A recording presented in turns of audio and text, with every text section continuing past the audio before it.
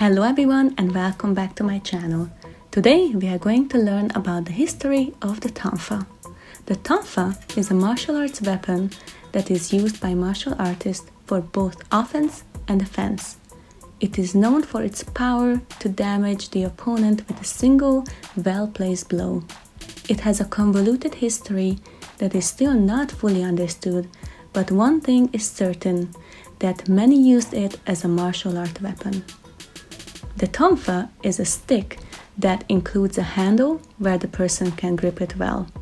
It can go along the forearm to protect the person using it and can even reinforce the arm when the user hits his or her opponent. This video is going to explore the history of this weapon, how it is still used today, references to it in pop culture, as well as tips for sparring with Tonfa. The Tonfa is also known as Tongfa or Tuifa, is a melee weapon best known for its role in the armed component of the Okinawan martial arts. It consists of a stick with a perpendicular handle attached to a third of the way down the length of the stick and is about 15 to 20 inches long. It was traditionally used as a handle to turn the head-operated millstone when grinding rice. It was made from red or white oak and wielded in pairs when people used it to protect themselves. When employed as a weapon, the user holds the handle loosely but firmly to allow for the maximum manipulation of both ends of the Tonfa. With the short or the long end lying along the underside of the forearm, the Tonfa permits very effective punching or striking, as the opposite end is employed to jab with devastating force at unprotected vital points. The weapon is also used to block cuts or blows in a manner dictated by the technique. The Tonfa measures about 3 centimeters past the elbow when gripped. There are 3 grips: the natural, the reverse, and the special. The natural grip places the handle in the hand with the long arm resting along the bottom of the forearm. This grip provides protection or brace along one's forearms and also provides reinforcement for back fist, elbow strikes, and punches. In use, the Tonfa can swing out for a strike or a thrust. Martial artists may also flip the Tonfa and grab it by the shaft. This allows to use the handle as a hook in combat, similar to the kama, which is also a martial artist weapon. This grip is very uncommon but is used in katas in the Okinawan traditional arts. It is difficult to know for sure where the Tonfa originated, and it has many stories about its origins. Many cultures have claimed that it originated in their country, and many of the claims are from around the same era, making it unclear as to which culture as the legitimate claim is belonging.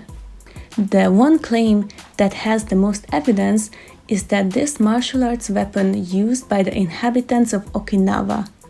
While it seems to originate as an Okinawan martial art instrument, historians seem to have traced the origins to either China or Indonesia. The Okinawan tradition derives the Tonfa from a millstone handle. The Chinese and Malay words for the Tonfa weapon are guai and topang, literally mean to crutch, which may suggest the weapon originating from such device. In Cambodia and Thailand, a similar weapon is used, consisting of a pair of short clubs tied onto the forearms, known in Thai as mai sok and in Khmer bok gatau. In Thailand and Malaysia, the mai sok often has a similar design to the Tonfa, with a perpendicular handle rather than being tied on. This weapon might be the original version of the Tonfa. Chinese historians believe that this weapon was developed and adapted from a crutch as restrictions on weapons were put in place. The ruler Shou Xin wanted restrictions to be put in place to help bring about stability for the country because of the numerous bloody and deadly civil wars that had torn the country apart. As with all restrictions, this brought about some interesting and creative weapons that were not technically restricted by the government. Most of these weapons were created from various farming equipments and different tools for agricultural work. While many are not entirely sure what material the Tonfa used, many believe it is the handle of a millstone.